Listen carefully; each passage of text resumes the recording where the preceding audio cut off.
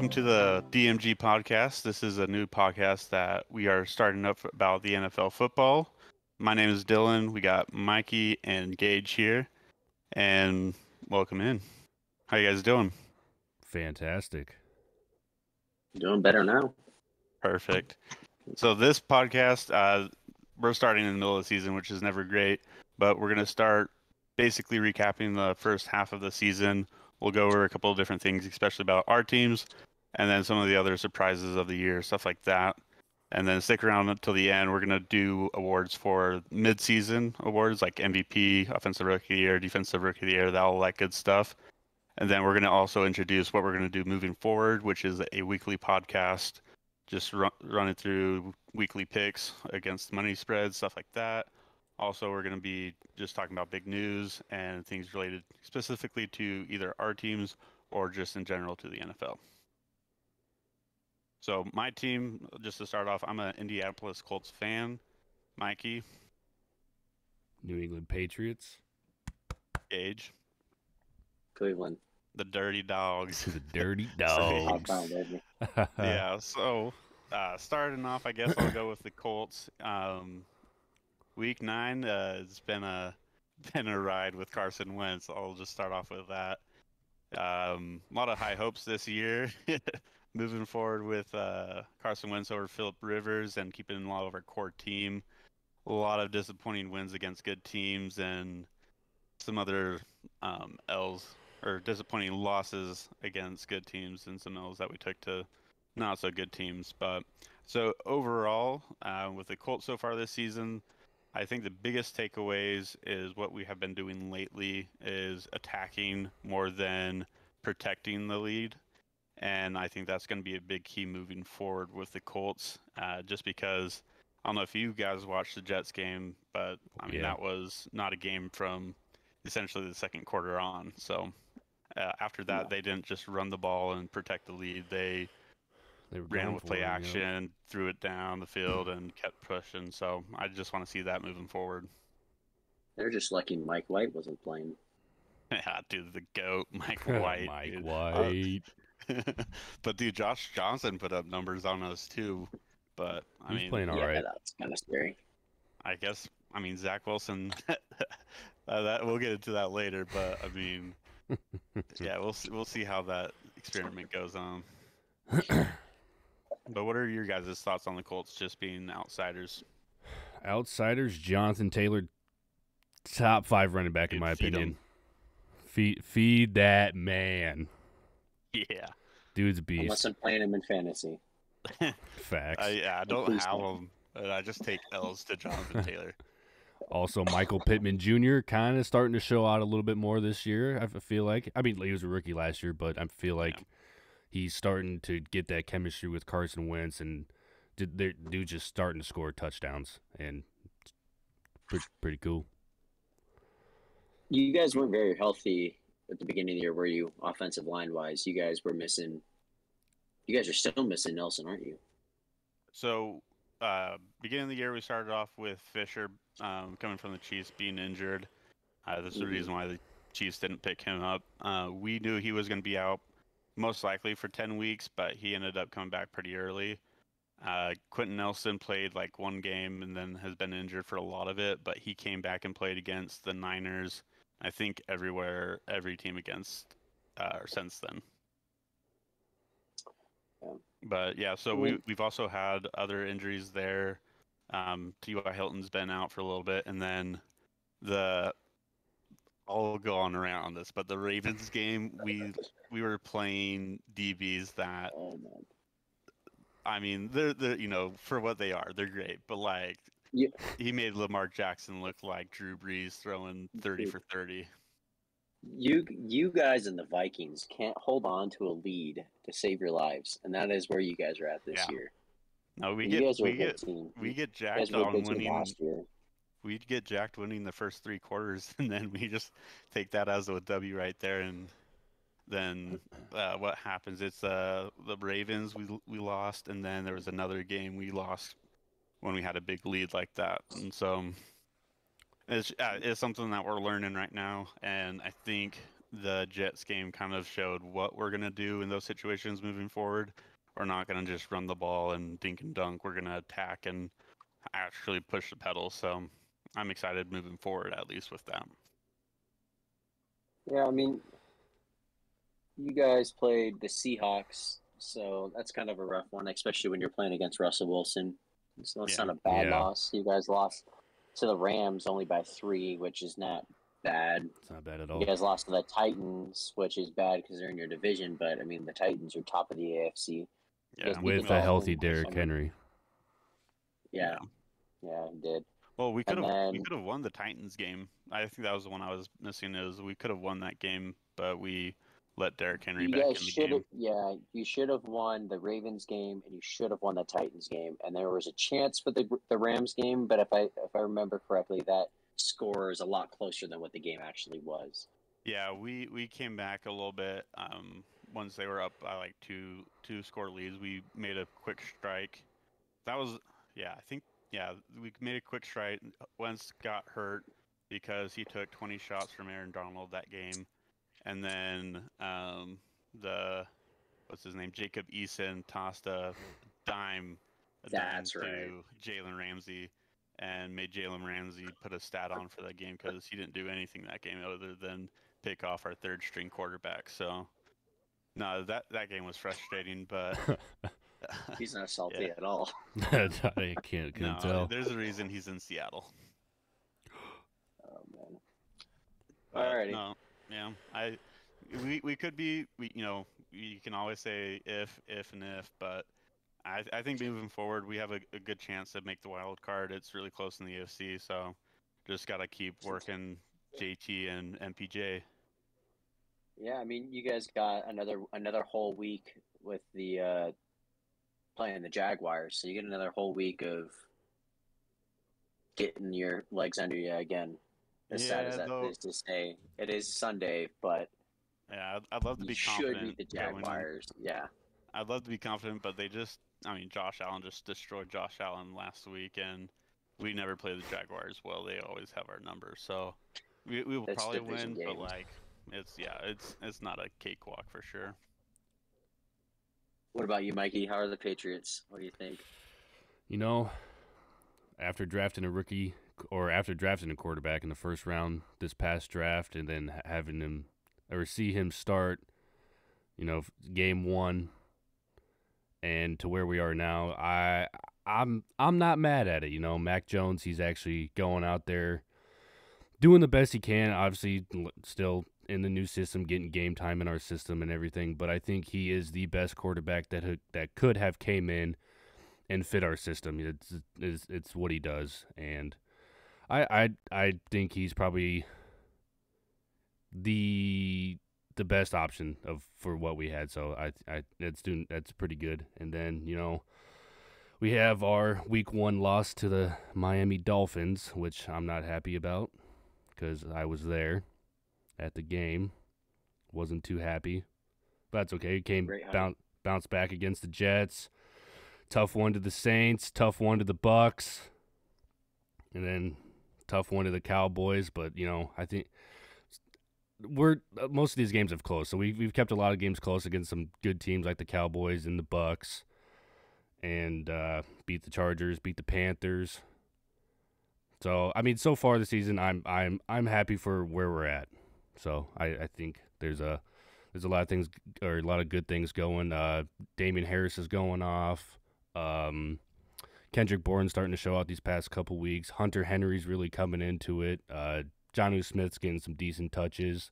We basically have a whole new offense, and they're all kind of starting to slowly gel together. And I'm happy so far. So that's about all I can say. It helps having that freak on the line, Matthew Judon, too. Yeah, dude's a freaking tank. I saw like all of his like sacks or something. I saw a video of it, and they leave him unblocked or like on one-on-one with a tight end, and he gets all of his sacks from that. Like you would think maybe you would show him some respect and block him. Tackle or chip him or something. But the dude just like runs straight towards the quarterback with no one blocking him. I'm like, that's a recipe for success. You should leave him wide open. Yep. So Matthew Judon, he wears that number 9.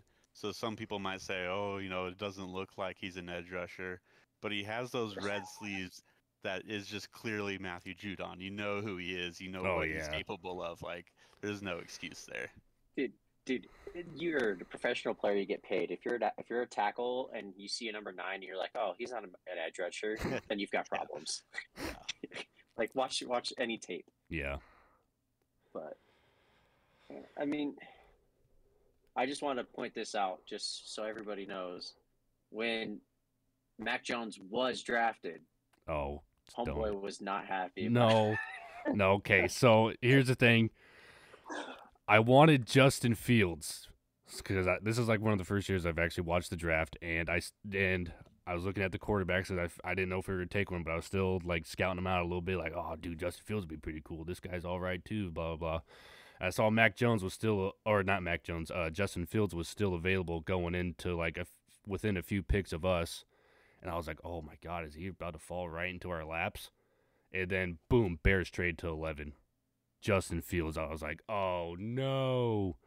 I texted Gage. I was like, dude, there goes my man. And then 15th pick, Mac Jones. I texted Gage. I was like, I don't know how I feel about this. I was like, I like it, but I don't know how I feel. So I get pretty into I don't scout because I don't have the all 24s and all that good stuff, but I listen to a lot of who is it? Chris Sims, and a few other people like PFF. I like to listen to them too. And I heard a lot of just different talks about things and stuff like that. But so my brother is a Patriots fan. When they drafted Mac Jones, I texted him. I was like, I know you don't like Mac Jones. I know he's not the sexy pick, but the dude balls. And I mean, what you hear from Nick Saban about Mac Jones, and I think Sarkisian even was there on that year. He said that Mac Jones was the quarterback. They're like, we're gonna open everything up for you because you know what to do with it. And I mean, people say like he's a system quarterback, and same with Tom Brady and all that kind of stuff. But I mean, really, the system is Tom Brady. The system is Mac Jones. Exactly. And when you have someone that can make all the throws, he's cerebral enough to pick up coverages and all that kind of stuff. Like, yeah, he's going to have a rough year. He's not going to go set the world on fire. Yeah. But for the next 10 to 12 years, like, that's your dude. And I told my brother, I was like, dude, Mac Jones is the guy that you want instead of Justin Fields. And that's not to put down Justin Fields, but no, he's starting to ball out too, but yeah. Calling somebody a system QB is just their salty way of saying that they're winning. Exactly, because my argument to there's nothing wrong. The whole Tom Brady being a system QB thing and why he was winning, why he was so good. Well, my argument to that was, well, wouldn't you want your quarterback to be a system quarterback, like, to fit your system so you can win? So technically every quarterback is a system quarterback because you want the guy that works with your system. Well, and I think essentially what you want in your quarterback is you want your quarterback to become, in a sense, your offensive coordinator, like Peyton Manning essentially was, Tom Brady essentially was, and I'm sure you can go through a bunch of other different quarterbacks that are greats that they do what they do because that's what they're good at. And I would say even Baker kind of has his mold of being a great play action quarterback, and there's nothing wrong with that when you have two really good running backs. But yeah, you just got to know your strengths, and I think Mac Jones knows his strengths. He knows his wide receiver strengths very well. And yeah, you guys don't have the best team around you, which I'm happy about because the last 20 years have been brutal. But I know you guys enjoyed it. Yeah, I think you guys are in a place, as long as you have Belichick, you're going to be trending up. Yep. Unfortunately.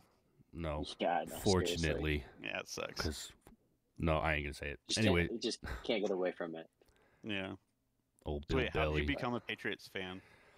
It kind of just happened. Ever since I can remember, I've been a Patriots fan. Yeah, I never really picked it. Even like in high school, it was always the Patriots. I don't know why. I just always have been, because my dad's a Chargers fan. My mom was a Colts and Broncos fan because she loved that big forehead Peyton Manning. 5 head. And then my brother doesn't really watch football, so somehow I've always just been a Patriots fan.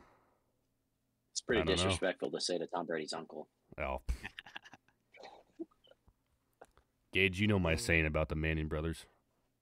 Yeah, I know what it is. You know it's what the it same is. saying I have for the Steelers. Yep. And Art Modell. I don't know how I feel about hearing Arch Manning for the next 20 years yet.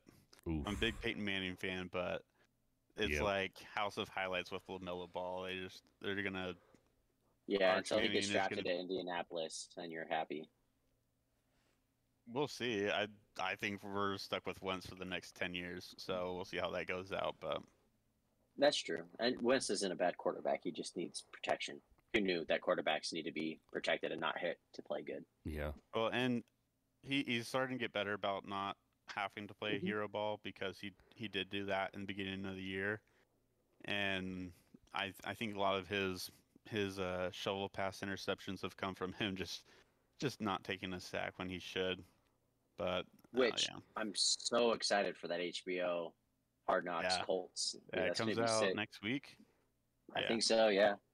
Yeah, I'm pumped. I'm sad to say, but I'm gonna have to buy that subscription now. So sucks. Well, All right, Gage. does that leave? Leaves that you, leaves me. buddy. Leaves you. Kind of. It's getting better. It's getting better, but coming into the season, I mean, we haven't played a full team football game like all year until Cincinnati. I mean, it's been pretty underwhelming with what we should be doing. I mean, we came out against the Chiefs and dominated them, and just you can't fumble the football and then the very next drive fumble a punt and give the ball to the Chiefs in the red zone 2 times in a row and expect to win. You dominated the Chiefs, should have beaten them easily. And then, come out the next couple of weeks to play the Texans, and Jarvis gets hurt. It's not great because he kind of the heart and soul, he helped change the organization. Yeah, he's beat the Bears. Yeah. Mm-hmm. Trading for him is what was the first move that changed the Browns from being something that I watched and just prayed that maybe we can win this week just once. Maybe we can just win. So, we could have a chance to beat any team we play. The Vikings and Browns game was rough to watch. Very good defensive performance. I mean, the Vikings are no slouch on offense whatsoever, and they played fantastic. That's also the first week for Baker coming back off of his injury, so he played really bad. I think that is probably the worst game I've seen him play in his career. Just negating that 2019 season. Yeah. Because that season was just rough altogether. That was just painful to watch. Huh. Not even from Baker, just the entire everything.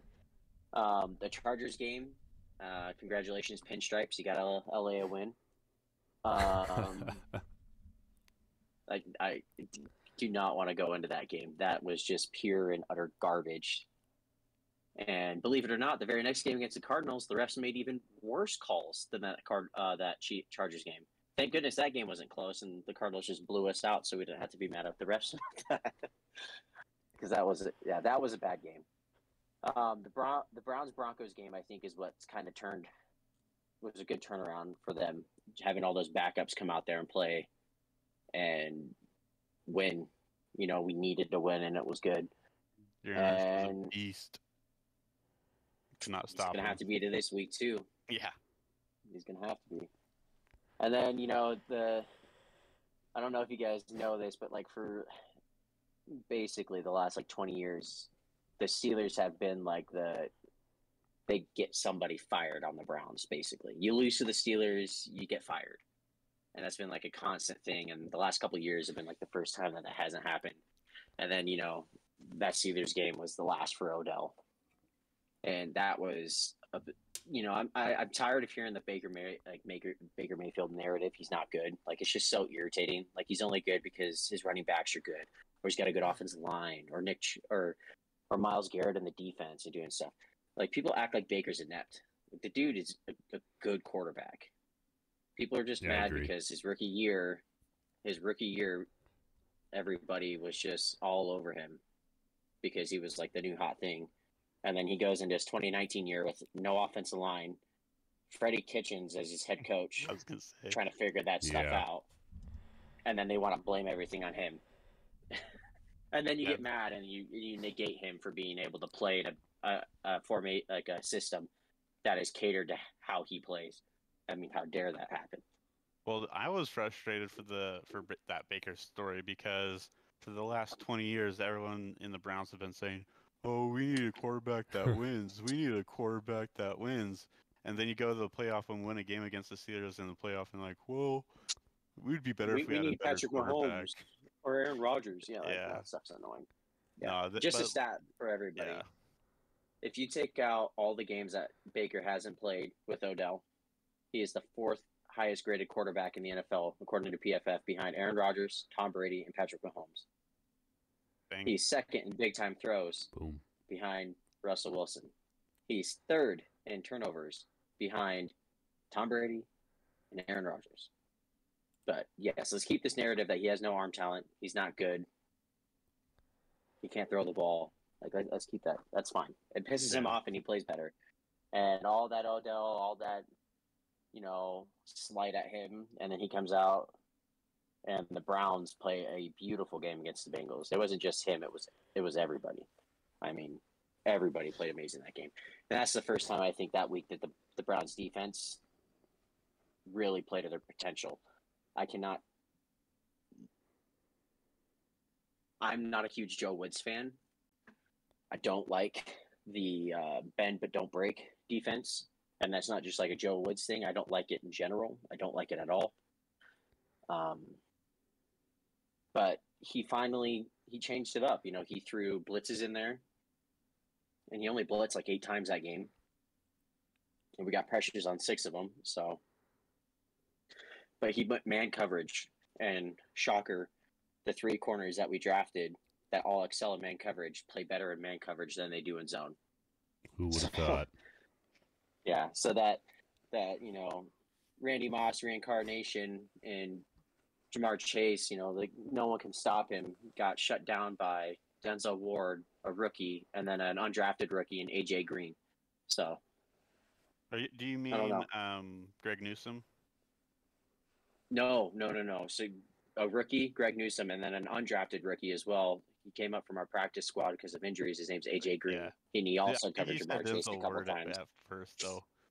Yeah, and the Denzel Ward thing is just tape, and I realized that because like the week before, Cincinnati was playing the Jets, and they had a similar thing. They had 2 goal line drives, and Burrow stared down Chase the entire time and threw it to him like 4 times. I think out of the 2 like goal line drives they had. And one of them, they didn't get anything. And then the second one, Jamar finally like broke the guy's ankle and got a touchdown, right? And that was like the only thing he did that game. But that's just simply like Denzel knew it was going to him and just waited and took it back to the house. It was fantastic. And broke Joe Burrow's legs in the process. Oh, yeah. And if you guys go back and watch it, you can see him like kind of like look back at him. It's just like this slight look back at like watching him fall and then kept going. That's pretty funny. But I don't know. I'm excited. I think luckily with the AFC conference and the bloodbath that it is this season, losing a game feels like the end of the world, but it really isn't, especially in our division. But, we've got a rough schedule for the rest of the year. So it's coming down to, you're going to have to put at least 3 or 4 wins together in a row. So this Patriots game tomorrow is going to be really, really big. Yeah. It's going to be a big one. You're right, it is. Yep. For both of us, honestly. You guys don't need the playoffs, okay? Get a better pick to build up your team. Just give us the win. It's not a big deal. Patriots are back, buddy. Just kidding. We left for one season. You needed an actual number 1 wide receiver to do that. You just have a bunch of slots and tight ends at this point. I was kind of hoping we were going to try and get Odell, but that didn't happen.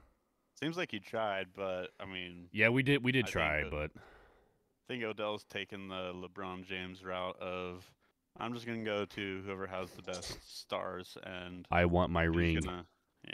I think he just wanted to go home. So then, season recap. What do you guys think so far of just like the NFL in general? So What do you guys liking? Biggest surprises right now, definitely the Bengals. I think everyone's kind of surprised on the Bengals right now, and then the Cardinals. Yeah, the Cardinals have a good team. So I knew the Bengals were going to be good just because of who they are. I'm just more surprised they're playing as good as they are with Zach Taylor as their coach, and I think that's starting to fall apart. With the last couple games, they do have a bye week to get it together. The Cardinals are what's super surprising because they have a brilliant roster. They had it last year as well, but I did not have any faith in Kingsbury, and it seems that they've got it going. So you know what changed that was shocking. Though? He's really good. The biggest change, and I guarantee you this, is J.J. Watt. Yeah, he's doing great. Having him in your locker room, I think that changed their defense, and the defense is what I think is their hidden secret. I mean, Kyler's great and all; he's an MVP favorite at this point, I think. But I mean, tossing up to D-Hop, how hard is that? But I think that defense. I mean, you get J.J. Watt in there; he's keeping everyone in line. He's like the Jarvis Landry move. He's not playing. He's not there. Team.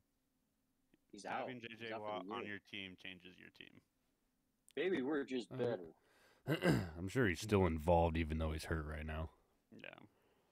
But yeah, I mean, Buda Baker's great, and their two linebackers they've got in the last 2 years have actually been playing a lot better. Isaiah Simmons and Zaven Collins. I think they've been playing great. Yeah, he got a lot better too. Yeah. And then Pat Pete being gone, he's a little too old to be out there at this point. Which I think was a good move on their part. They didn't lose anything by moving on with him. Yeah. So, So Cardinals real quick for sure. before we move away from the Bengals, I just have to get this off my chest because it's the most frustrating thing I had all off season was everyone just saying, "Oh, they should have taken what's his face that went to the Lions, left tackle." Sewell. Who? Sewell. Penei Sewell, yeah. Like, oh, they should have taken Penei Sewell because they have a garbage offensive line, and why do you need a wide receiver if you can't block? And I'm obviously everyone's wrong about that right now, but like even back then, I was just like, what were we gonna say? They're right because Jamar Chase is a great connection with him, except you have to beat the teams in your division. Yeah. Right. Yeah.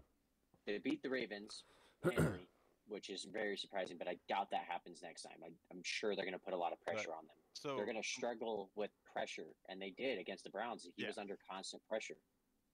But what I'm saying with this take though is that adding Penei Sewell is not going to change that offensive line that much because they have, I think, 3 first-round picks on the offensive line. 2 of them were hurt last year, and they added another one. Williams is back.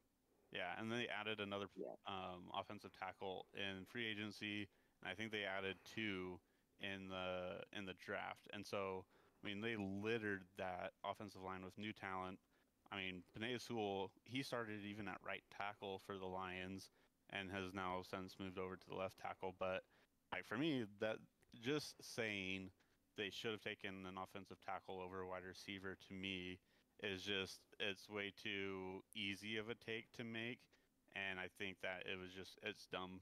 And I think that taking Jamar Chase was great because you have a fantastic offensive weapon that, I mean, he's going to overpower DBs for the next, how many years. And you have solid offensive linemen. And I think you can take another offensive lineman next year. You can keep on doing all that you want in there. But taking a top 5 wide receiver or a top 5 pick to take a wide receiver is not the worst thing in the world. And I don't think Burrow's getting killed this year very much. So it seemed to all work out for him, sadly. And Joe Mixon's actually playing a lot this year. Yeah. Well, it's because I didn't take him in my fantasy league. So Exactly. Which, by the way, if you guys want, I can start telling you who I'm playing in fantasy, and then you guys can try to pick up that player because they're going to have their career day. Because that's what happens. I play you, and then all of a sudden you have a 2-touchdown game when you haven't scored a touchdown in a year.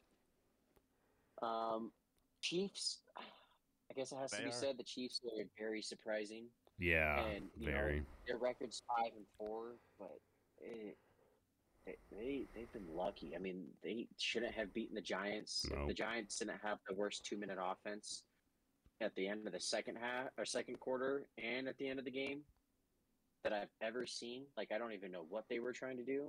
They could have very well lost that game. They better thank their lucky stars that Aaron Rodgers got COVID because they would have been blown out by like 40. I don't know what they're gonna do, and Do you think it's a team thing? Do you think it's yeah, Mahomes getting scouted, or do you think it's an off the field Mahomes thing? mm, I don't think it's off the field Mahomes thing. I think it's just a Mahomes and team thing. Yeah, I don't. You can't. Yeah. I'd say it's a team I mean- thing because even their defense is Yeah. not doing great this year. So I think They're part of it bad. is Orlando Brown and the other guy they got from the Patriots. I think Joe Tooney. Mhm. Yeah, I think having them in the offensive line kind of has messed up a lot of that kind of stuff because the reason why they lost that Super Bowl is because they were missing their 2 tackles, and Yep. all the Buccaneers did was just heavy blitz off the edges. And I mean, when Jackson Mahomes, all he does is take 7 to 9 steps back, sits around, and gets sacked. So And you can't really scout Mahomes because you can't really confuse him. You can't switch like man or zone. Like he can read coverages probably very, very well. And you've got Tyreek Hill and Kelsey who can just find open spots everywhere. It's really just nothing seems to be clicking at all. yeah, the whole Nothing team on just defense. seems off. They need to score points, and they're doing like Kelsey's taking snaps from shotgun and chucking it behind him for Patrick Mahomes to throw the ball away. Like they just seem to be like in their own way. I don't know. I don't think it's gonna last much longer. Honestly, I think 2 crap wins, and it's just gonna get them rolling. They're gonna win anyways. They're gonna start winning games, and it won't matter at the end of the Yeah. season. But it's been pretty surprising to see that like huge drop off. Mhm. well, they haven't been able to run the ball at all, right? Like they don't have a good push They on don't the line, run the right? ball. Yeah. I'm sure they can sometimes. They just don't do it. I mean, they have a good running back that they drafted last year. No. I mean, is he though? Like, Clyde, I don't think he's proven it yet. I like Clyde. I don't know. I think he's a good dude. I'm on the but Clyde train. I like the pick and all, but I don't think he fits what their offense. No, but he's still a good running back in my opinion. Yeah, that's fair. It's like Penny Hart, or I think it's Penny Hart that was on the Seahawks they took in the first round. Like, yeah, he's got good skills, he's got good talent and all, but like their offense. Rashad Penny. Rashad, the running back? Yeah, Rashad- okay. Yeah, Penny Hart was a okay. wide receiver. Never mind. Confused Rashad there Penny, for a Penny second. Hart. Who cares? Nah. The family of the pennies, I guess. Well, it's like how they're like in basketball, you can kind of like LeBron James, Harden. Like you can kind of stack names on each other. Mhm. You can do that, Rashad Penny Hart. But True. a little randomness there Yes. for you. Last surprise of the season, the NFL refs undefeated. Ah, jeez. They will determine every game, and you better not say anything about it, otherwise you're gonna get fined. Most Like disappointing our, one is on Thursday Night Football. Big boy touchdown should have been a touchdown. Oh, dude, they should just let it happen. It Yeah, Just should have left Just it. change Let the it rule. happen. I mean, you're screwing Well, up every other call. Why what- not just let that? Yeah, one they go? could have just done this like they always do. Yeah. Yeah, especially which brings up to big news and injuries for the week that we can go over. You guys hear about Cassius Marsh being fined for his unsportsmanlike conduct? By getting hip bumped by the ref. Yeah, hip checked. Yeah. That posturing that was just so aggressive. They fined him for Just, that. Oh yeah, Well, they fined him for that. CeeDee And that Lamb's ref, I'm been sure in the that ref news. got paid. Oh yeah. CeeDee Wow. Lamb's been in the news because he got fined more for his untucked jersey Yeah. than Aaron Rodgers for his whole COVID interview thing that went on. Which I don't know why people are acting like super shocked or surprised. Like, oh my gosh, he's not following COVID. Do you think the NFL actually cares? They don't. Yeah. They have all these protocols and like things, so publicly it's not a big deal. They act like they care or whatnot. But once it comes to, if Aaron Rodgers doesn't play, they lose money. If Aaron Rodgers plays, they make more money. So do you think they're going to care about COVID? Aaron Rodgers he's back in. He's going to play, and he's playing tomorrow. Yeah. I did like, just with the whole COVID thing, and we can end it here, but I did like how you said that unvaccinated players are safer because they're tested every single day. They can't go into the facilities until the test comes back negative. And, yeah, so I think Aaron Rodgers, I think he's got something on his head, but I think people should not care about it as much as they do. Yeah, I think you're not allowed to have an opinion about certain things. And that's kind of one of the ones. Just don't have an opinion on it. Something just keep to yourself, because it doesn't matter what you say. You're not going to change people's opinions on it. And he just, I don't know. But he said what he wanted to, so. Dude, but like, I love Pat McAfee's show for that reason. Oh gosh, I love that show. It's so good. They're a bunch of goons. I love watching them. It is so much fun. Also, big news. Kind of mentioned it earlier. Gage's favorite player ever, Odell Beckham Jr., to the Rams.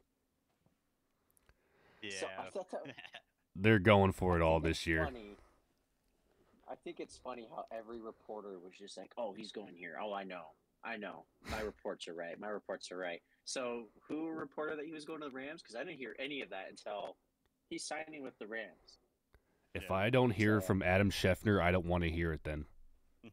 Yeah, Adam Schefter said he was going to the Packers. So yeah, he should have gone to the Packers, in my opinion. But I think he should have gone to the Patriots. I think he found out the news with Robert Woods. Now that we have that clarification, the day he signed was the day that Robert Woods tore his ACL. Yeah, did it on purpose. And he probably could have gone there anyways. That probably helped Woods, because I mean, you have the Cowboys, Buccaneers, and I think the Vikings all have very strong 3 wide receiver sets. And I mean, why not in LA? Yeah. Yep. Honestly, he'll be good. He'll be fine. He's not Odell of what people think Odell is, and try to blame everything on the Browns. Like, we were just so awful to him, and we held him back. Like, the dude just wasn't good. It did not mix. He kind of freelanced a lot of routes. It's kind of hard to build up rapport when you drop big 3rd down and 4th down catches when it hits both your hands.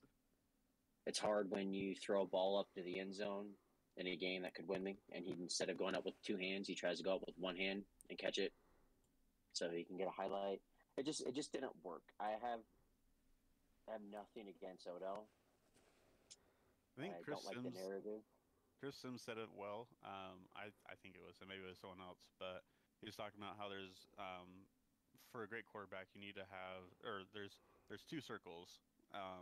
2 circles. One is what the team needs, and then what the player wants. And the great quarterbacks have no overlap. It's just the one where you have the team needs, get it to who's gonna score, who's gonna get the first down and whatnot.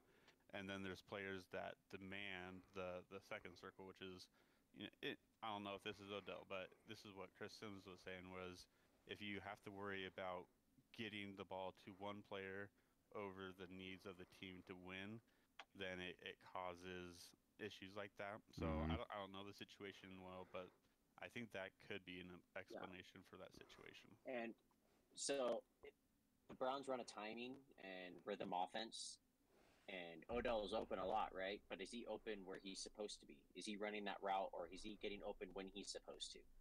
He might be seeing spots because he's not a bad receiver. He can find everything, right? Right, yeah. Or, he's not there on his first read where he's supposed to be, so Baker moves on to something else, and he's open later. And then I think also a lot of it comes with Stefanski as well. I mean, he should be able to scheme Odell in. I mean, you scheme routes and plays for your best wide receivers, yeah, but you're doing it for like third string 4-string wide receivers. Like, you create plays for them. Like, switch that out and have it for Odell instead. But I mean, he's gone. He wrote a beautiful thank you note. I mean, did it touch your little heart? I don't think he did anything atrocious to Cleveland. No, he was nothing but a great teammate when he came here. He never caused drama, even though the media likes to put it out like he did. Since he came to Cleveland, there was like no problems, nothing. All that stuff is just from New York, basically. It did not work out, and I'm sorry, but Baker is Cleveland, not Odell. Yeah. Yep. Agree. So, but if we're bringing up like our favorite players in big news, I mean, what about Mac Jones being dirty, trying to break everybody's ankles? Oh, yeah. I like to see that. Yeah, because I don't like the action, but I like seeing a quarterback like that get gritty. You know what I mean? Like I don't know. I like that. He just grabbed the dude's ankle. He thought he had the ball. Like, what do you want from him? Okay, so that I think is bull crap because I saw how he got hit. He know that ball's flying like that. He got drilled. Hey, he trying to stop him from running after it, which is totally fine. But Brian Burns is the one that like jumped over and like twisted his own ankle. Don't do that to Myles Garrett. That's all I have to say. Hey, Myles Garrett ain't gonna touch him, so it doesn't matter. Myles Garrett better keep his shirts on, or he's gonna get even more tests. He's too ripped. Oh, yeah, boy. Dude's jacked. More big news. You know, Julio Jones is on IR. Yeah. Rip my fantasy team. Rip my fantasy. He's one of the best wide receivers ever, but the last 3 years he can't stay on the field. He just needs to ride off in the sunset at this point. We already went over Woods tore his ACL. Yep. He's gone. Aaron Rodgers is back. He's playing. That'd be nice. Anything else major? There's a Dalvin Cook stuff, but I don't want to get into that. We have no idea what's going on there at all. I kind of wanted to jump back real quick just to like the biggest surprises, just because. Yeah. For the Dallas Cowboys, just by how well Dak's been playing this year. I mean, dude's coming back from like a broken leg, and he's kind of balling out. So, I mean, that was just a big surprise on how well he has bounced back from being out that long and then just getting straight back in the NFL and just balling out like that after breaking your leg. Can I counter that a little bit? Let's hear it. Go ahead. So, I think the biggest surprise on the Cowboys is their defense. Yes, yeah, also that too. Yeah. It's great to see Dak back, but their defense is actually a defense. I was kind of saying them as a whole, but the Dak mainly just from what happened last year. So, but yeah, Dallas Cowboys, they're playing good. Helps when you can score 30 points and actually win the game instead of scoring 30 points and still losing. Yeah. A big reason is because of a childhood hero for me, Kellen Moore is the coach. And the guy is a straight-up genius, and he will be a head coach in the NFL. Mm-hmm. And I hope it's to the Bears when Matt Nagy is fired off into the sunset with Adam Gase and Freddie Kitchens. The key though is, it's really easy to get your plays to work when you have CeeDee Lamb, Amari Cooper, Cedric Wilson, and Michael Gallup, and Ezekiel Elliott. The second best offensive line in the NFL. I mean, it makes it pretty easy to get your plays to work at that point. Yeah. And then I guess last bit of news: Nick Chubb, COVID, and Demetric Felton are out, as well as Damian Harris. Yes. So Damian Harris is out. Yep. Ramondre Stevenson is looking like he's going to play. Oh, is he really? That's what they're saying. It's okay, like it's trending upward. That guy is, what's his face? Who's the LeGarrette Blount? He reminds me of LeGarrette Blount. Well, yeah. He looks like it in the Patriots uniform. Mm-hmm. Oh, yeah. Alrighty. With all of that, I guess that brings it down to weekly predictions and picks. So, first game of the 10 o'clock a.m. stuff is Buffalo at the New York Jets. Are we doing over unders or what are we doing here? Just pick'ems. Just pick'ems. Who do you Like think's to gonna win? win, and what do you think's gonna happen? Yeah. Okay, with the Jets, is Mike White back or is it still It JJ? looks like Yeah. he's saying he's gonna be playing. Mike Well, White's I gonna be don't playing. think it matters because I think the Bills are gonna revenge it. Yeah, I And think they're they got gonna to come go. back strong this Yeah, it's week. gonna be 38-13. Oof. You even picking a score. Oh, That's that's what I'm saying right there. 38-13. I think Mike White looks okay, but I mean, Deacon and Duncan only get so far, especially against that Bills defense. yep. Yeah, I got to go Bills on this Everyone's one as picking well. Bills. Yep, Yeah, Bills. everyone's picking Bills. Yep. I'm not dumb enough to go 0-1 in our picking records to Yeah. go with the meme of Mike White. But that does bring like our predictions. You're talking about Zach Wilson. I told you he is not a good quarterback. Yet. He's got a big arm. Yet. And everybody did not believe me. Watch him. I watched him at BYU. He had one good year. Hold on. Zach Wilson. I really offended him with his BYU fandom. Yeah. No, you're good. I honestly I could care less about BYU quarterbacks or whatever, but honestly though, Zach Wilson still is their franchise quarterback. I don't think. I mean, Mike White being confident and saying he's the number one pick or should have been or whatever. I think that's great for him, but I think Zach Wilson has way more talent than Mike White. Yeah, he's got a higher ceiling. Oh yeah, but like to the grow. thing with Mike White is he's been there for what, like 3, 4, or 5 years as a veteran quarterback, and all he can muster in the week is like maybe 10 yards per completion or attempt or something like that, and didn't like make an attempt over like 20 yards, or if he did, it's like very little. And I think both the offensive coordinator and Zach Wilson recognize, okay, we were dumb by trying to throw these complex patterns and stuff like that. Let's get all these cheap yards where we can, and then when we want to have Mims or Elijah Moore go and take the top off the defense, Zach Wilson has the arm to lay it on him 60 yards down the field. So I think it's a learning lesson. I think Zach Wilson's going to be fine. And obviously right now the situation with the Jets and where he's at is not going to be great, but I'm not taking Mike White over Zach Wilson. Sam Darnold also has incredible arm talent. He can fit a ball super deep down the field. Yeah, but that he guy can also throw in college repeatedly, yeah, just like Zach Wilson did. Never did anything in college, though. He never Sam looked good Darnold? in college. Yeah. He looked the same as Zach Wilson did. Honestly, Zach Wilson had one good year. Way better. We'll move on. We'll move on.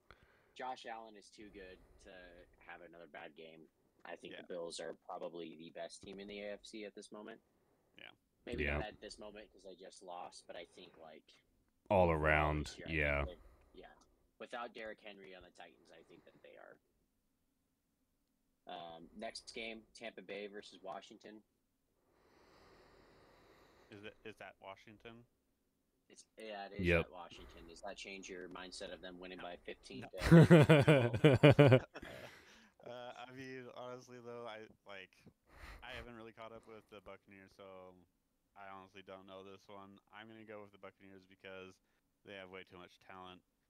I mean, if Taylor Heineke balls out like he did last year against the Buccaneers, I mean, maybe this is that revenge game, but I'm gonna play it safe and go with the Buccaneers.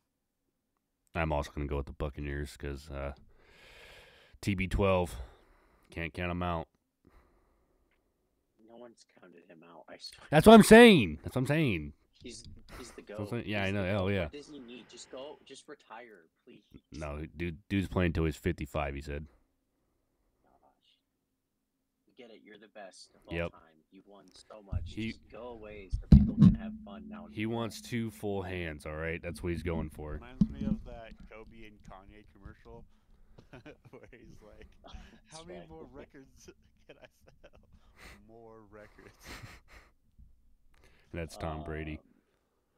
I'm also going the Buccaneers.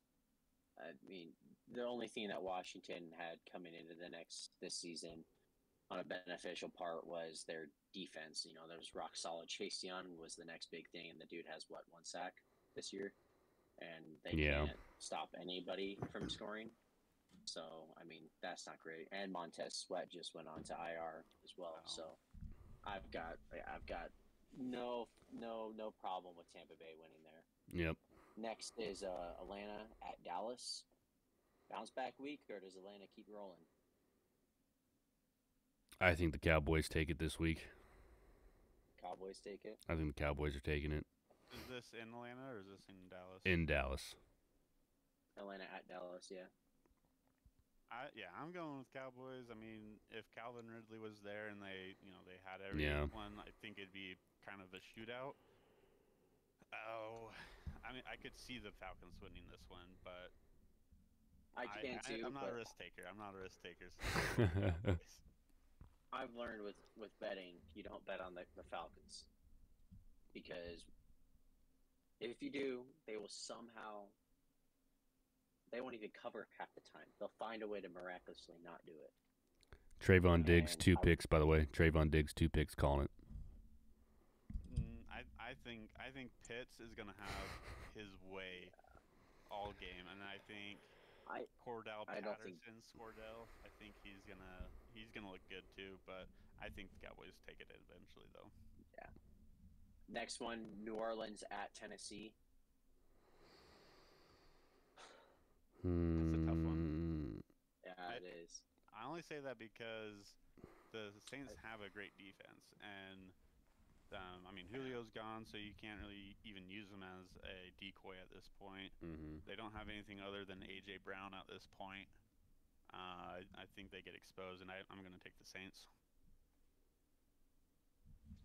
I was also on the same thought pattern as you there. I am also going to take the Saints. I think last week was kind of a fluke. Matt Stafford went back to the old Lions Matt Stafford trying to do too much, and I think it all went to his head, and I think the Saints are going to take down the Titans. I'm going to go with Tennessee. I mean, that's fair. I mean, they do have a good defense. Like, they're not. Yeah, they do. That was what's. I think they have an incredible defense, and I think they have somebody that could be competing for the Defensive Player of the Year in Kevin Byard. And I'm going to take Ryan Tannehill. Hell of a game lately. That is true, but Byard is just. Yeah. And I will take Ryan Tannehill playing against a good defense than whatever the Saints are going to roll out with again without Alvin Kamara. Yeah. Against Tennessee great defense. I think the Saints will have a better day on defense than the Titans will, but I can see it going either way. So yep. Next one, big one right here: Jacksonville at Indianapolis. What's gonna happen? Is Wentz gonna Wentz it up? It depends. I mean, obviously, Sunshine gonna pull through. Well, I mean, it depends if Urban Meyer goes to a bar before.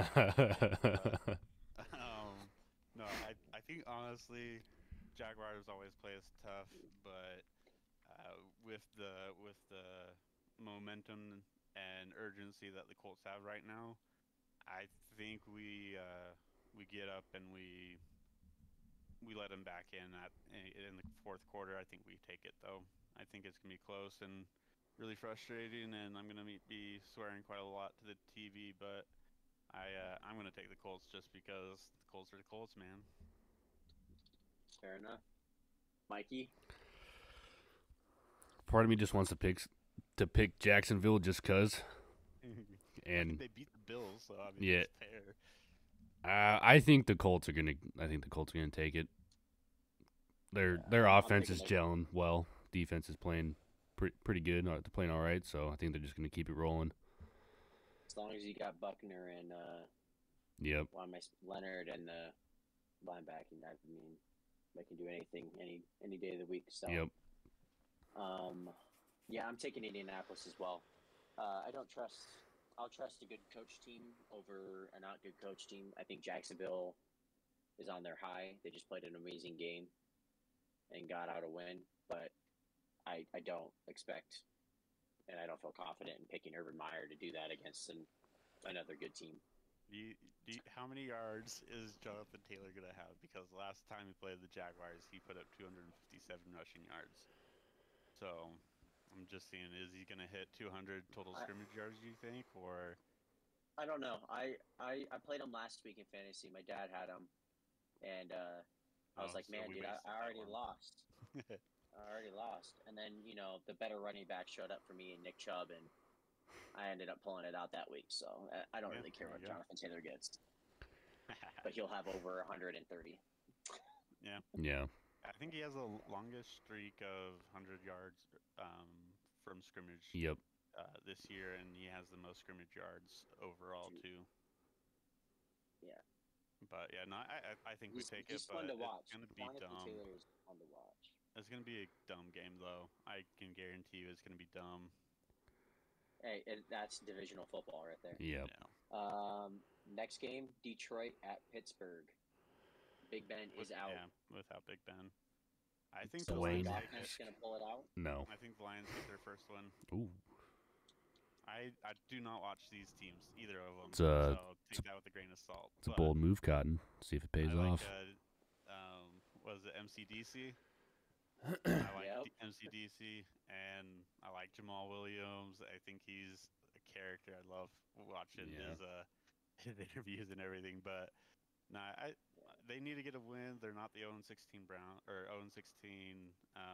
or Lions, but I think they can take it. And I mean, the Steelers are good and all, but I can't take half dome Mason Rudolph over the Lions. Really, 2 jabs in there? When was the last time you guys won a playoff game? Okay. Wait, the Colts? Yeah. When's the last time you won even a championship? You win one playoff game and you think you're better than the Colts. I'm going to go with the Steelers here. I'm going with the Steelers. Lions got too many holes to try and fill and patch. And is Dwayne Haskins going to be the starter for the Mason? Who cares? Mason Rudolph? Well, I would hope that they would go with Mason over Dwayne, because if you're putting Dwayne Haskins out there, you're basically having Dwayne Haskins versus Jared Goff, and I'm going to take Goff. Well, and if you have Haskins out is there, good. all you have to guard is 5 yards behind the line of scrimmage, and you're good. So, I mean, you guys got to make sure Haskins actually shows up, and he's not trying to go to the bar with his old coach Urban. I was gonna say he's gonna be at par with together. Urban. I'm still gonna roll Steelers. Did you pick? I'm going. Me? Yeah. Of course, Detroit. Anything besides the Steelers. Yeah. There we go. And one, just because that's a spiteful pick, but two, the Steelers are punching way above their weight right now. They shouldn't have beaten the Browns. The Browns gave them that win because they decided that they just weren't going to catch a football that day. Baker Mayfield comes back, playing with a fractured bone and a destroyed shoulder, and no one goes out and plays for him. They should not have beaten the Bears. I mean, congratulations, whatever the dude is that hip checked that player. But they gave that game to the Steelers. I think the Steelers are punching well above their weight, and Detroit have been too close for too long. And coming off of a bye, I can hope they can get their win. I hope so, especially with Big Ben out the day before the game. They weren't prepped for that. Hopefully. Fair enough. All right, next one, biggest game of the week: Cleveland at New England. Oh, geez. Take it away. Okay, so this is at New England, right? Yes, this is at Foxborough. Well, they're without their running back. You guys are getting back Joker. I think that helps you guys out a lot. But I'm going to go with the Patriots. I prefer the Browns over the Patriots as a fan, and I like the Browns. I'll root for them way more than I'll root for the Patriots. Fair enough. I mean, their defensive scheme is going to be tough to face, and Mac Jones is going to be hitting a lot of easy targets, and I think the Browns have a great defense, but yeah, I'm going to go with the Patriots, but I could easily be wrong on this one too. Michelle? Oh, I think it's obvious who I'm going to go for, but it's not a very confident pick, but I'm still going to root for him, so I'm going Patriots. I'm more confident now that Harris is out. Mm-hmm. I'm not necessarily scared of anybody on the Patriots offense. I think Mac Jones doesn't have that number one weapon, and Browns just shut down Jamar Chase and Burrow with ease. And being able to play that man coverage tight against the line and have John Johnson over Hunter Henry, they're going to have to run the ball, and having Harris out, that's going to make it a lot easier. So if they have to throw it, welcome to Myles Garrett. I do think that the Browns will win. Fairly confident in that. Playing in Boston in November, I think is also kind of a trick in and of itself there too, though. They play in Cleveland on the lake. Oh, they're in Cleveland. I thought we said that they were playing in but they're playing in Boston. I don't know. That might change my pick. Then I was kind of basing it a little bit more on that being a factor. So they're playing them in Boston, except I mean, the Browns are used to playing Cleveland on the lake, so the weather's not going to be that big of a deal. Yeah, it's cold up there too. Better away from home this year than they are. And the Patriots are playing awful at home. We're 1-4 at home this year. Baker's on a sucker tour. I mean, that's where tides change, man. And November could change. I'm going to stick with the Patriots since it's in New England, though. You guys almost talked me out of it, but I'm sticking with the Patriots as well. Next one, Minnesota at LA Chargers. Chargers. Yeah, I'm rolling with the Chargers. I think they're a better team than how they've been playing. But, I mean, Vikings are always just in games. They're a keep it close team. Their kickers are actually making game-winning field goals now, too. Yeah, they don't want to kill them this year. That's a factor. I'm going to go with the Chargers, though, because Mike Williams is going to have 180 yards against him because he's on my bench this week. Well, I'm starting Keenan Allen, so he's going to get 12 targets and a touchdown, I'm hoping. And then they're going to lose to the Vikings that have had two bad weeks in a row. Williams is going to come out and play well. Beast. All I know is the flow man himself, Justin Herbert, going off. Only because he's on my fantasy team, so he's going off. Hey, he's gonna go off, and then Kirk Cousins is gonna win it, and then he's gonna go out of the game, shake your hand. You like that? You like that? That's gonna be the end of that. Is this a Monday night game? No. Monday night's the very bottom one. Okay, I was gonna say if it's Monday night, I'm not taking Kirk Cousins. Carolina at Arizona. Arizona should be known that it is not looking like Kyler's going to play. Yeah, I think he's still out. Is Cam Newton playing this? You got D-Hop. It's not hard to throw to D-Hop. It is against that defense. Their defense is no joke. It's just that Sam Darnold decides to try to throw it to the other team every play. Yeah, you got D-Hop. You're good. I'll take the Cardinals. You're going to Arizona, Mikey? I'm going Arizona as well. Colt McCoy went out last week and just absolutely balled out. So he's going to do it again. Oh, yeah, James Conner helps a lot. Yes. I'm gonna go Carolina. They're starting with whatever his face is. Oh gosh, AAF player, quarterback. Oh, what is his name? No. Yes. PJ Walker? Oh yeah, PJ Walker. Yeah, there you go. Yeah. He was cut 20 times by the Colts, so I definitely know him. Good old PJ. So he's starting, but Cam's going to be on the team as a backup. So Cam will be playing at some point that game. And so Cam's going to take over the second series. That defense is not going to. I mean, I'm taking Cardinals with backup QB 10 times over Carolina with backup QB. Yep. I'm taking Carolina, and I'm switching my Minnesota and Chargers. I'm going to the Chargers for that one. Yeah. Okay. I can't do that. Philadelphia at Denver. Ew, that's gross. I don't like that game. that game is. I don't. Other than their fans, no one's watching that game. That will be one that is like, oh, why is this on my red zone? Can I go to another game, please? Oh, that's not a good game. Oh, I'm going Denver. I'll go Denver on that one. I'm going Bronchies. Denver. I'm gonna go Philadelphia. My brother's a big Philly fan, and I think he would probably take the Broncos too. I'm gonna take the the Eagles just because the Eagles lost last week and the Broncos won last week, so naturally they're just gonna crisscross and do the opposite of what has been going on. Yeah. Next one, probably the actual game of the week: Seattle at Green Bay. Russell Wilson is no longer, doing fake 2-minute drills by himself. Yeah, I'm glad that he proved that he can talk in a huddle, even with a broken finger. So, I like to see him tough through that kind of stuff. Yeah, that was great. It really motivated me. So I'm assuming you're going with Seattle then, yeah?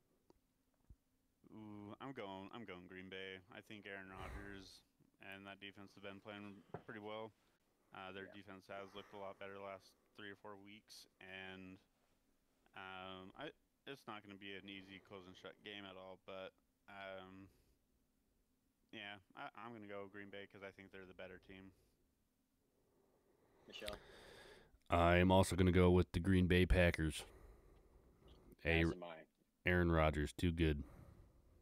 Yeah, Aaron Rodgers pissed off because people didn't say he was right. So he's going to come out and tell everyone else to suck it again, and he's going to throw 4 touchdowns to Aaron Jones. Please. No, it's going to be to Robert Tonyan because everyone forgot about him. He's hurt. That's why he's forgotten. Oh, never mind. Yeah, then it's going to be Aaron Jones and A.J. Dillon. Big disappointment versus a big surprise this year. Kansas City at Las Vegas. Well, yeah, they were a surprise. The Raiders. Yeah, we didn't even talk about them. Yeah, because you don't really want to bring them up with everything that's going on. Currently. They got a big old plate on their hands. They hit that midseason dumpster fire stuff that everyone expects the out of Raiders them. always do. Yeah. Oh, yeah. Just this time it's not with losses. This is in the Death Star. Mm-hmm. Yeah, this is in Las Vegas. They did just lose to the Giants last week. Yeah, I'm taking the Chiefs. I think I don't think it's going to be the blowout that people would have expected at the beginning of the year, but I would say that Chiefs know how to handle the Raiders a little bit better, and I think they'll be fine. I think they'll go in, and I think they're going to start slow, but I think they're going to heat up, and Tyreek Hill is going to torch their lackluster defensive back crew with Damon Arnett out and everyone else that just doesn't play well. Michael? I'm also going to go with the Kansas City Chiefs. Good job for correcting yourself there. They're about to, just keep it rolling, man. Tyreek's over there somewhere. I'm just going to pick Kansas City. Yeah. I think that the Raiders are going to win. I do, because the Raiders always play them very well. If it was at Arrowhead, I'm picking the Raiders. But I'm just going to go with Kansas City. The Raiders have had so many years where they start off with above 60% win percentage until they get to the middle of the year, and then it just flips the script, mm-hmm. and they're just I don't think they're a good franchise, and I don't think they have a good culture altogether. So I think they hit that. I think they hit that wall. They had that win right after the Ruggs situation, and then they lost to the Giants. And I think it's going to be a team that is going through turmoil. New coach and all that stuff. I think that's going to finally catch up to them. And that's the final game for Sunday, and then we've got Monday night, Los Angeles versus San Fran in San Fran. I mean, I'm gonna go with Los Angeles on a bounce back. I feel like we're all on the same page with a lot of these, but I don't know. I mean, George Kittle's back. They got one of the top 3 leading receivers in Deebo Samuel, and it's not gonna matter. So it's gonna beat the Rams. They just let Colt McCoy dice him up like he was playing back in Texas before they got into national championship games. Yeah, so. no, I was at the Colts 49ers game this year in the rain, all the way up Ooh, to the nice. top of on the stands back there. That's right, I saw that. Yeah. Yeah, that game started off ugly, but I mean, Carson Wentz was trying to give him the ball, they just wouldn't take it. So yeah, sorry, Dad, but like you said, the Niners are just not good this year. Yeah, and they're awful at home. They are awful. Trey Lance is the future, though. I think have a home. As long as they don't run Trey Lance 10 times a game, he'll be fine, and he'll be a really good quarterback. My dad was kind of upset about it. Oh, the Trey Lance pick? Oh yeah, you wanted Mac Jones. You didn't want the Division II guy that's played 16 games his whole college career to go out there and start in the NFL for you? Yeah, he shouldn't have started, and I'm glad he's not starting right now. No, yeah. But I mean, when if people say they got floors, I think he's got a great floor. But I mean, he also has touch. Like he's got an arm. Oh yeah, he has a lot of potential. He has to unlock it. He's got a lot of potential. I refrain from saying like stuff about like them going to be bad because they don't have it right now. Because I was adamant about Josh Allen because I watched him in college, and in fairness, I was right. He was awful for his first year. He was 2.5 Yeah, years. not that great. And no, not at all. But all credit to him because he changed everything. Yeah. He changed throwing motion, his drop back motion, his reading. He changed everything, and he's incredible now. So and he's an exception, he has all though. those physical tools. Yeah, that kind of thing is an exception because every quarterback or every coach thinks they can draft any quarterback that has any traits, and they can just make them. And I think that's why I love the Mac Jones pick because he's not a traits guy. He's not a ceiling guy. He's he gives you what you want kind of guy. And I think with Trey Lance, he's not gonna light up the world yet, but he doesn't have bad mechanics, at least to a point where it's like Josh Allen when he came out of college, and he's got the run ability to extend plays and stuff like that. I just hate when coaches just like, oh well, he can run. I mean, Lamar Jackson's the exception, but quarterbacks should not have designed runs, in my opinion. I think they just need to pass the ball.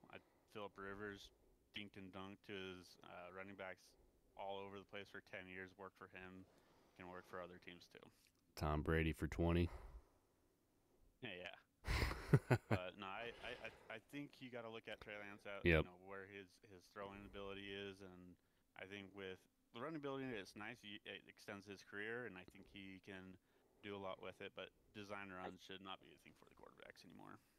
I think it's what Shanahan wants. I think he wants that ability to have that as an option. Mm-hmm. Well, he'll get 6 years out of Trey Lance then, if that. But I mean, I don't have a personal preference. Yeah, so. I think Lamar Jackson's the unicorn. I have gone on a roller coaster with Lamar Jackson. I liked him at Louisville until he got way too much hype, and then I liked him because everyone was saying that he couldn't do anything, and obviously he can throw, but I'm at this point with Lamar Jackson where he's a unicorn. Gotta let him do what he does. Which is lose the Miami Dolphins. That was a team loss, though. I don't think that was Lamar's fault. No. Yeah, that was a team loss. I'm just sad that he went to the Ravens because I liked him in college, and of course he has to go to the Ravens. So naturally, Lamar, I have to hate you, even though you are amazing.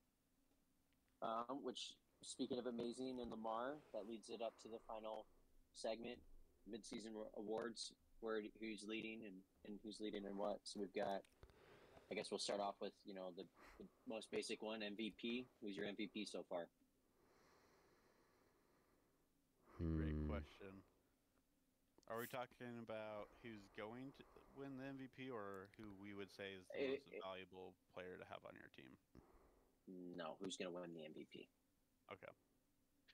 Like, if the season ended today, who's won the MVP? First person that came to my mind was Aaron Rodgers again. I just think he's playing kind of lights out this year still. Even after that rough week 1 bounce back. He's been bouncing back all year. They went over this in the Pat McAfee show, but Pat kind of joked with him and saying that like he'll never win an MVP again because of what he said. And Rodgers was like, "Yeah, you're probably right." And I mean, that's true.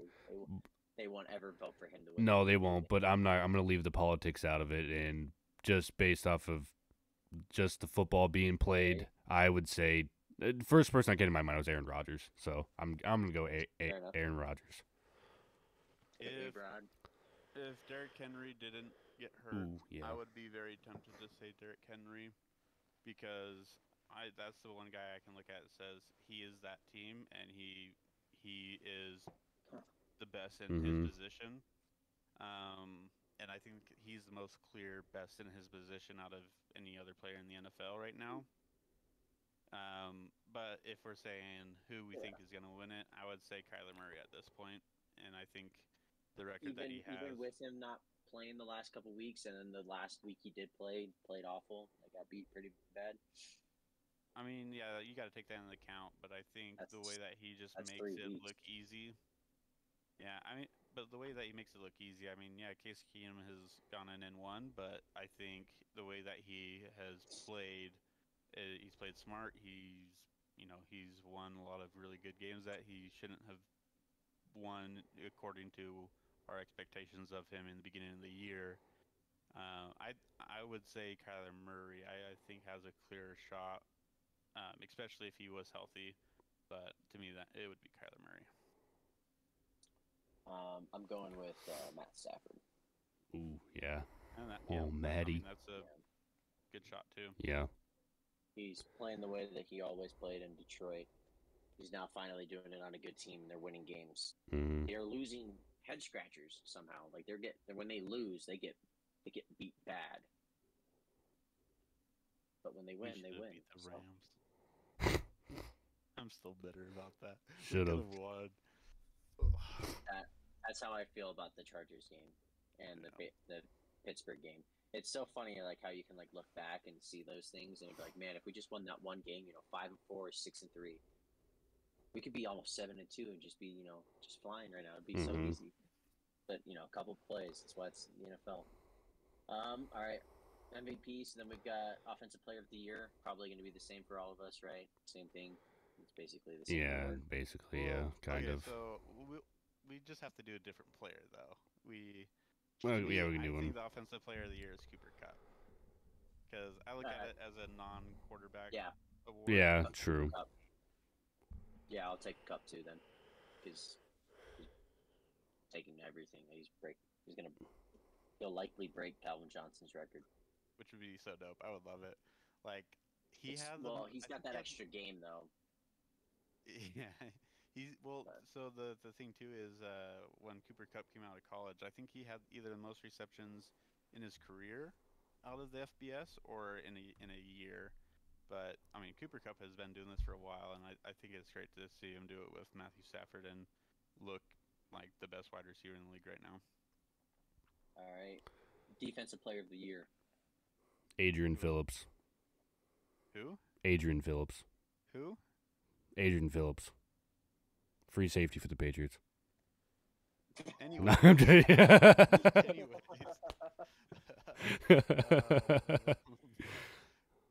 Defensive Player of the Year. Trayvon Diggs. That's mine, actually. Trayvon Diggs.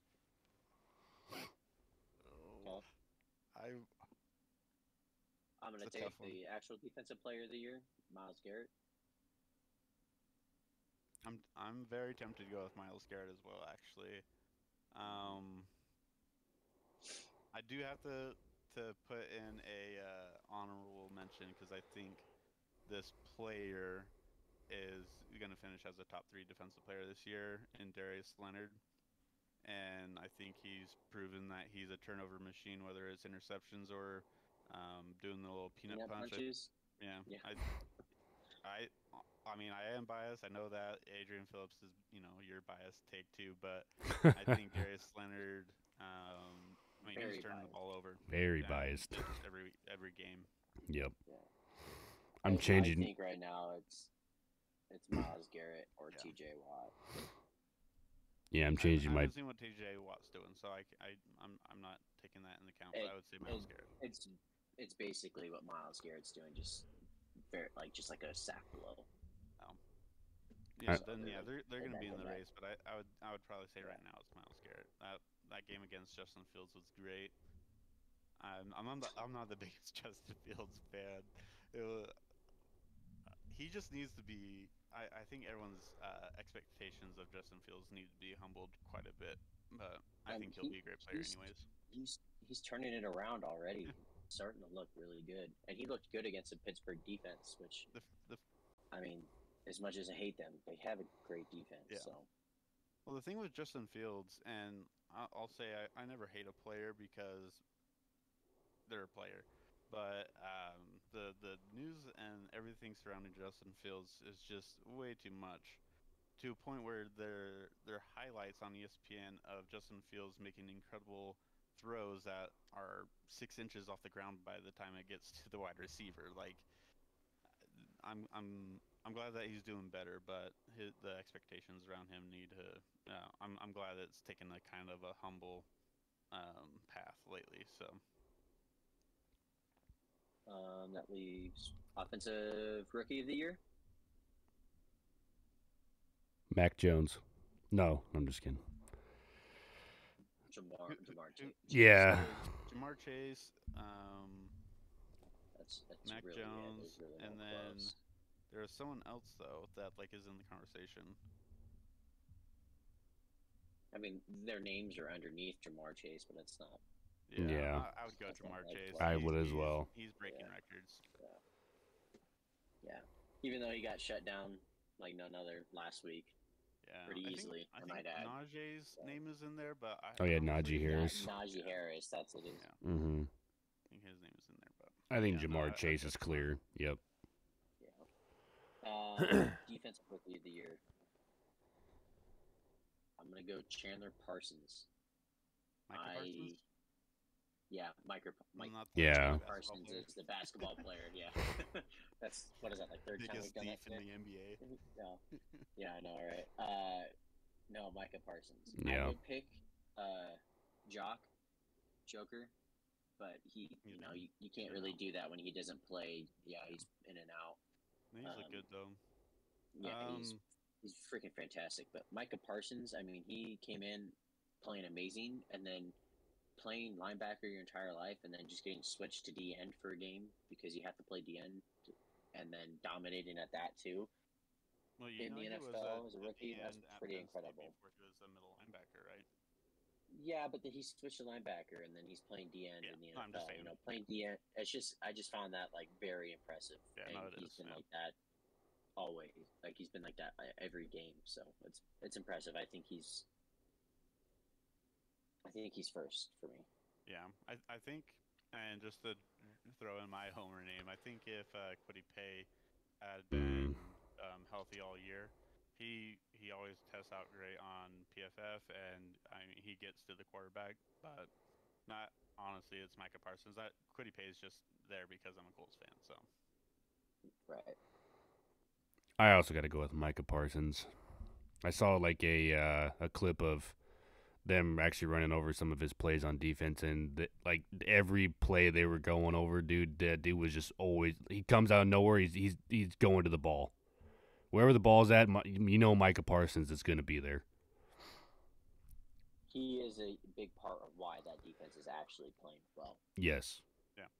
I think he's a bigger part than Trayvon Diggs. I think Diggs just 100% thrown directly to him a lot of the time. Yeah, well, and he's risky too. Like he either gives up big yards or he takes big yards. So as Mikey knows, that pick six and then directly gets burned the very next play. Yep, Kendrick Bourne just put him on a freaking spin cycle. Kendrick Bourne he's good, but like I mean, putting Trayvon Diggs is So then that leaves the last one of Coach of the Year. Sorry, Dylan. I'm gonna make you upset, but I'm gonna go. I'm gonna go Vrabel. Just with they're top of the AFC, and they just played a game against a very good team and dominated them away from home after losing their best player. I think Vrabel's done very, very well. I think Cliff Kingsbury is a good shout, especially for how low standards I thought I had for him. I don't think he's a good coach, and all of a sudden he's doing great. So I think Cliff Kingsbury is a good shout. I think I'd go with Vrabel. That's my personal opinion. I think the NFL would pick Kingsbury. Okay, that's what I was going with. Because the words that we've been giving out have been more of what we think is going to happen versus what we think should happen. And I think you're right with that. I think Vrabel, I mean, he's the culture in that team, and I mean it's great having Derrick Henry there. But I mean obviously Vrabel's their culture. I think Cliff Kingsbury is going to win it because of the turnaround difference, and also, I mean, he's won without his starting quarterback too, and I mean, other than the Packers, I think is their only loss, which is one of the best teams in the NFC. They've looked like world beaters the rest of the game, so I would say Cliff Kingsbury. I would also have to hop on that train with you guys. Yeah. Which one? The Kingsbury. Oh yeah. Kingsbury, sorry. It's always a good look when your team wins a game when you're not coaching. Oh, yeah. I know that should count against you, but that just goes to show what you've been instilling into everybody, and for them to go out and be able to still perform the game. Yep, that was your weekly plan working so well that now you can just take a step back and that's exactly what I wanted to happen. Yep. So, alrighty. You guys have anything else to add or what you want to talk about? I think that's about it.